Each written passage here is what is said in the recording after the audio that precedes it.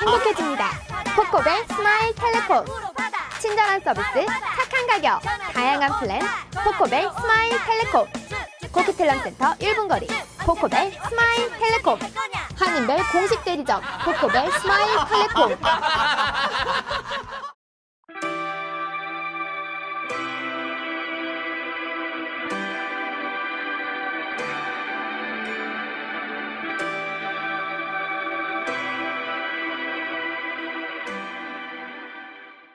어제 뉴스에서 공항 내 무선 와이파이를 이용한 불법 인터넷 감청이 캐나다 정보기관에 의해 진행 중이라고 보도한 바 있습니다.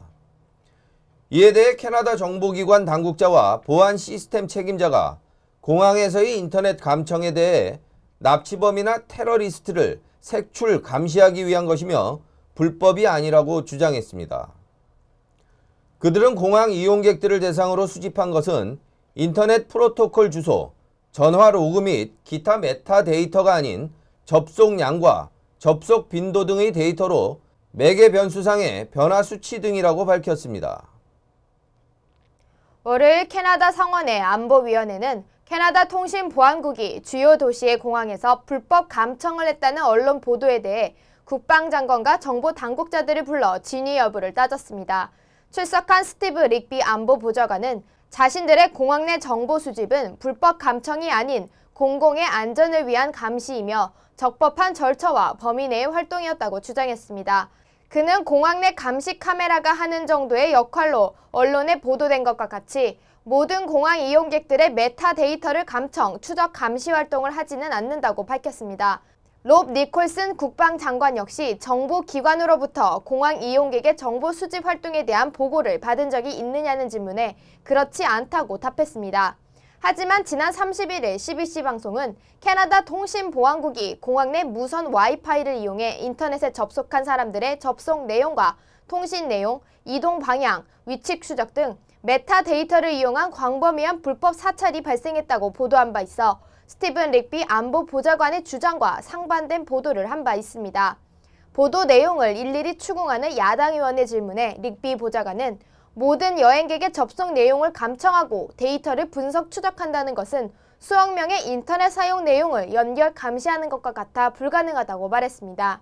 자신들은 공항 내 와이파이에서의 인터넷 접속량과 개별 접속 빈도, 반복된 접속 매개의 변수량 등의 데이터 수치만 수집하며 이 중에 매개 변수가 미리 설정한 이상치를 넘을 경우에만 법적인 허용 범위에서 추적한다고 말했습니다. 그는 이러한 과정은 공항 내 감시 카메라가 요주 임무를 추적하며 녹화하는 것과 같은 것으로 캐나다의 국방과 안보를 지키기 위한 통상적이고 적법한 행위라고 주장했습니다. 통신보안국의 존 포스터 국장도 자신들이 수집하는 메타데이터는 미리 설정한 이상 수치 기준을 넘은 데이터에 대해서만 국한되며 일반 여행객들의 메타데이터는 수집하지 않는다고 말했습니다. 포스터 국장은 새로 개발한 프로그램은 공항이나 호텔 등 공공장소에서 테러범이나 인질범들이 주고받는 사전 신호를 가려내기 위한 것으로 이들 범죄자들의 통상적인 송수신 신호 패턴을 미리 입력하고 이에 부합하는 패턴의 신호를 찾아내는 것이라고 밝혔습니다. 따라서 이러한 신호가 반복적으로 감지되는 위치와 시간 등을 기록하고 사람이 아닌 발신 장소와 이동 방향을 체크하게 된다며 여행객의 개별 인터넷 접속 내용을 감청하지는 않는다고 주장했습니다. 메타데이터를 통한 정보 수집이 이루어진 사례가 있느냐는 질문에는 이상 신호가 발생된 신호에 한해서만 선별적으로 메타데이터를 수집한다며 지난 2개월 사이 2건의 메타데이터 수집이 발생했고 대상은 외국인이었다고 밝혔습니다. 이들은 이렇게 제한적으로 수집된 메타데이터를 내부 규정에 따라 수집 보존하며 이는 법률에 근거한다고 덧붙였습니다. 그러나 이들의 주장에 대해 야당의 안보 전문가 잭 해리스 씨는 정부가 구체적인 감청 내용을 밝히는 것을 피하고 있다고 비난하며 캐나다의 어느 법 규정에도 일반 데이터와 메타데이터의 범위를 규정한 내용은 없다며 개인의 위치와 이동 내용을 무단으로 수집하는 것 자체가 엄연한 불법이라고 주장했습니다.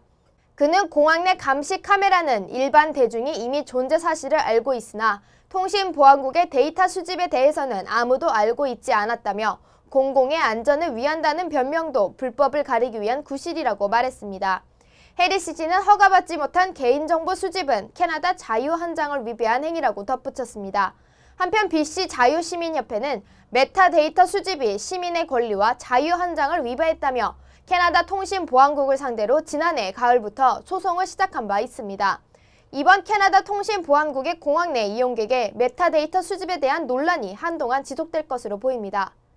지난주 42세의 멕시코 여성이 캐나다 국경수비대 구치소에서 사망한 사건이 발표된 이후 밴쿠버의 멕시코 이민자 사회는 물론 멕시코 본국에서도 이에 대한 항의가 계속되고 있습니다. 멕시코 총영사는 사건의 진실을 기다리고 있다며 관련 당국을 압박하고 있습니다. BC 검시청이 지난 12월 YBR 공항에 억류된 42歳의 멕시코 여성 루치아 베가 지메네즈 씨의 사망을 발표한 가운데 밴쿠버의 멕시코 이민자 사회는 물론 멕시코 본국에서도 이에 대한 항의가 줄을 잇고 있습니다. 지메네즈는 밴쿠버 공항 구치소에서 국경수비대 감시를 받으며 멕시코 이송을 기다리던 중 12월 21일 유치장 샤워실에서 목을 매 자살을 시도했고 밴쿠버의 한 병원으로 옮겨졌으나 28일 사망했습니다. 시민단체 노원이즈 일리걸 측은 지난 1월 31일 밴쿠버 다운타운의 CBSA 건물 앞에서 피켓 시위를 했으며 이 시위에는 약 70명 정도가 참여했습니다. 단체의 하샤 왈리아 씨는 밴쿠버의 한 호텔에서 근무하던 그가 어떠한 신분으로 밴쿠버에 체류하고 있었는지 확실히 밝혀지지 않았다고 말하며 사망 당시 그가 무려 1시간 동안이나 혼자 샤워실에 있었는데도 아무도 알지 못했다는 것이 이해가 되지 않는다고 말했습니다. 또 그는 만약 지메네즈가 우울증 증상을 보이고 있었다면 구치소에서라도 다른 사람들과 함께 있었어야 한다고 주장했습니다. 타인과 대화의 기회가 주어졌어야 함은 물론 결코 혼자 있게 두지 말았어야 했다는 것입니다. 한편 밴쿠버의 멕시코 총영사 클라우디아 프랑코 씨는 멕시코 정부에서도 상당히 분개한 상태라며 이번 사건이 어떻게 마무리되는지 지켜보고 있다고 전했습니다. 그는 12월 20일 당일 멕시코 국적자의 구치소 내 자살 시도 소식을 들었다며 이날은 지메네즈가 멕시코로 추방되기 바로 전날이었다고 말했습니다. 프랑코 총영사는 CBSA 측에 지메네즈의 사망과 관련한 자세한 정보를 요청했으며 검시청 측도 접촉하였으나 아직까지 만족할 만한 결과를 얻지 못했다고 말했습니다. 한편 국경수비대 측은 이 사건과 관련해 가족들에게 함구령 지시를 내렸다는 것은 사실이 아니라고 발표했습니다. 또한 CBSA 규율에 억류 중인 외국인들은 어떠한 법의 보호도 받지 못한다는 조항은 없다고 강조했으나 사건이 계속해서 확대되자 곤혹스러움을 나타냈습니다. 지난주 법원에 의해 불구속 기소 처리되어 석방된 미성년자 추행범이 코키들람에 거주하고 있다는 보도를 한 바 있습니다. 그가 서리의 거주지를 알아보고 있다는 소식이 들리자 다이앤 와츠 서리 시장이 강하게 반발하고 나섰습니다. 미성년 거주율이 높은 서리에 미성년자 추행범이 거주하는 것을 두고 볼 수 없다는 입장입니다. 석방된 연쇄 성폭행범이 서리의 거주지를 찾고 있다는 소식에 다이앤 와츠 서리 시장이 크게 분개했습니다. 49세의 나린더 왓사는 여러 차례의 성폭행은 물론 여성 위협 및 약물 복용 등 상당히 많은 성범죄 관련 기록을 가지고 있어 재범 가능성이 높게 점쳐지고 있는 인물입니다. 왓산이 서리에서 새로운 거주지를 찾는다는 소식과 함께 그의 범행 기록을 확인한 와츠 시장은 이런 사람이 석방된다는 것 자체가 비상식적이라고 말하며 사법부를 성토했습니다. 와츠 시장은 석방을 결정한 사법부는 주민들에게 미리 주의를 주는 것으로 주민들을 보호하고 있다고 착각하고 있으며 이것은 주민들에게 매우 위험한 사람이 가까이에 거주하게 하는 조치라고 비난했습니다. 그녀는 위협이 될 가능성이 매우 높은 인물을 풀어주니 알아서 조심하라고 말하는 것과 같다며 이는 사법부가 주민 보호를 내팽개치는 무책임한 모습이라고 주장했습니다. 와츠 시장은 만약에 왓산이 서리에 거주하게 된다면 서리 RCMP는 그를 감시하기 위한 인력을 투입할 수밖에 없다며 이미 높은 범죄율로 골머리를 앓고 있는 서리 경찰의 인력을 낭비하는 것과 같다고 주장했습니다.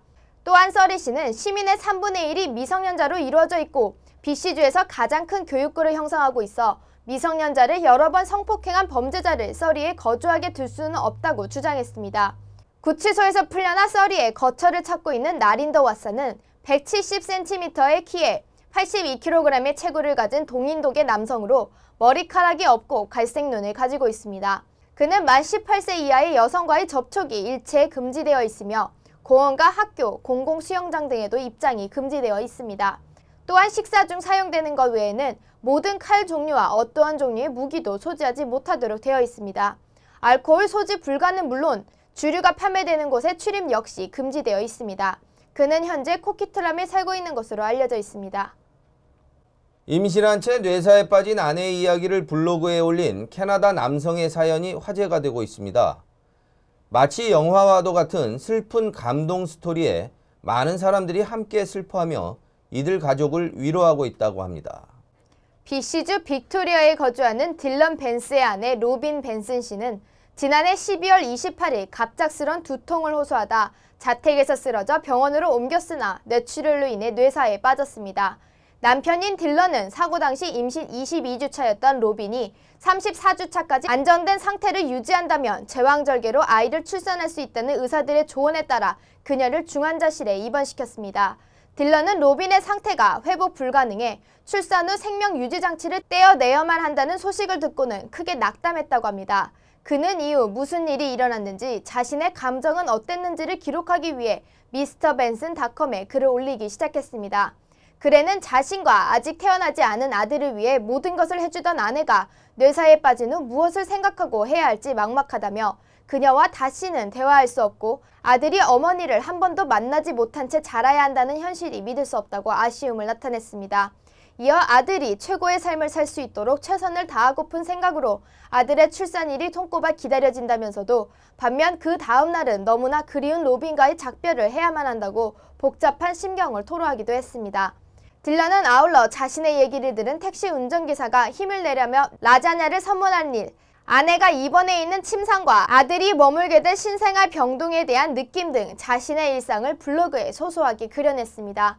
이들은 고등학교 시절부터 사귀기 시작해 지난해 여름에서야 결혼한 신혼부부였으며 아들로 판명된 이들의 아이는 첫째 아이라고 합니다. 로빈이 입원해 있는 빅토리아 종합병원 대변인은 로빈 벤슨이 입원한 것은 맞지만 개인보호법에 의해 자세한 내용은 밝힐 수 없다며 임산부가 뇌사에 빠지는 일은 매우 드문 비극이라고 말했습니다. 도로 재정비에 들어가는 버라드 스트리트 브릿지가 지난 3일부터 본격적인 공사에 들어갔습니다. 공사는 오는 7월까지 계속될 예정이며 이때까지 남쪽행 차선 일부가 폐쇄됩니다. 밴쿠버시의 교통감독 제리 도브로 볼리 씨는 버라드 스트리트 브릿지는 무려 81년이나 된 노후화된 다리임에도 불구하고 매우 견고하게 만들어져 위험이 감지되지는 않는다고 말했습니다. 그러나 꾸준히 보수 및 정비 작업을 거쳐야 한다고 덧붙였습니다. 그는 이번 공사를 통해 갑판을 꼼꼼히 정비하고 콘크리트 등을 새로 교체할 예정이라며 교통체증이 심해질 수 있으니 그랜빌 브릿지나 캔비 브릿지를 대신 이용해주기를 바란다고 말했습니다. 지난해 치매 환자의 실종 또는 사망사고 소식들이 자주 발생해 메트로 밴쿠버 지역의 주요 안건으로 떠오른 바 있습니다. 그런데 이번에는 화이트락에서 고령의 치매 환자가 열차에 치여 크게 부상을 입는 사고가 발생했습니다. 마린 드라이브 부근에 거주하는 79세의 노인은 지난 1일 저녁 8시경 기차 레일 부근을 배회하다 사고를 당했습니다. RCMP 브라이언 메시 인스펙터는 불행 중 다행으로 사고 직후 즉시 응급 구조원들에게 치료를 받았으며 헬리콥터 앰뷸런스를 통해 병원으로 옮겨졌다고 상황을 설명했습니다. 노인은 머리에 부상을 입었으나 현재는 안정된 상태라고 전해지고 있습니다. 메시 인스펙터는 노인이 위험구역인 레일 근처로 향하게 된 이유를 조사 중이지만 보호자의 부주의일 가능성이 높다고 밝혔습니다. 그는 의도된 범죄 가능성도 배제할 수 없다고 덧붙였습니다. 설탕을 과도하게 섭취하면 치명적인 심장질환을 유발한다는 연구 결과가 나왔습니다. 3일 미국 질병통제예방센터의 분석에 따르면 하루 권장 열량의 25%를 첨가당으로 섭취한 성인은 첨가당 섭취 비중이 10% 미만인 성인보다 심장질환으로 사망할 확률이 3배 높았습니다. 권장 열량의 약 15%를 첨가당으로 섭취하는 성인은 첨가당 비중이 10% 미만인 경우보다 심장질환 사망률이 20% 높았습니다. 연구팀은 과도한 설탕 섭취는 혈압과 해로운 콜레스테롤, 고지혈성 지방을 높인다며 심장질환을 유발할 수 있는 염증도 증가한다고 설명했습니다. 연구팀은 정상 체중인 성인이 첨가당을 지나치게 섭취할 때 죽음과 연관성이 높은 것으로 나타났다며 과거 연구가 주목했던 요소인 비만은 설탕 섭취와 죽음과 큰 관련이 없었다고 말했습니다. 연구팀은 하루 권장 열량 중 첨가당 비중을 10% 미만으로 제한해야 건강할 수 있다고 조언했습니다. 무궁화 여성회 신년 할애식 및 정기총회가 지난달 31일 우혜경 총무자택에서 열렸습니다. 오유순 무궁화재단 이사장을 비롯해 20여 명의 무궁화 여성회 회원 및 가족이 참석한 가운데 진행된 정기총회에서는 재무보고 및 2014년도 사업계획에 대해 논의했습니다.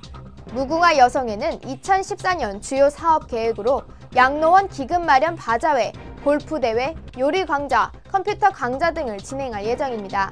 이날 함께 참석한 연하마틴 상원의원은 무궁화 여성회는 그동안 한인들을 위해 다양한 프로그램을 마련하고 보이지 않는 곳에서 노력 봉사를 하고 있다며 앞으로도 한인 사회를 위해 더욱 힘써주길 바란다고 격려했습니다. 밴쿠버 옥타 차세대위원회가 제6회 Meet the CEO 행사를 개최합니다. 이번에 초청되는 연사는 코트라 밴쿠버관을 맡고 있는 강영진 관장입니다. 강 관장은 중국의 코트라 지부에서 10년을 근무한 중국통으로 풍부한 국제 경험과 감각을 가지고 있습니다.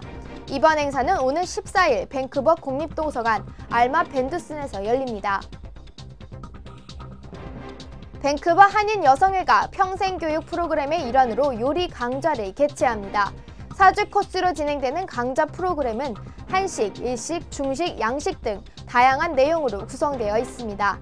또한 에피타이저, 메인 요리, 디저트로 나누어 춘천 닭갈비, 레드와인 차가 포크찹, 소고기 야채 모듬쌈, 캘리포니아 롤 등으로 직접 만들어보는 기회를 갖게 됩니다. 오는 13일부터 시작되는 요리 강좌는 3월 7일까지 매주 목요일과 금요일 오전 10시 30분부터 12시 30분까지 진행됩니다. 웃으면 행복해집니다. 코코벨 스마일 텔레콤. 친절한 서비스, 착한 가격, 다양한 플랜, 코코벨 스마일 텔레콤. 코크텔란센터 1분 거리, 코코벨 스마일 텔레콤. 한인별 공식 대리점, 코코벨 스마일 텔레콤.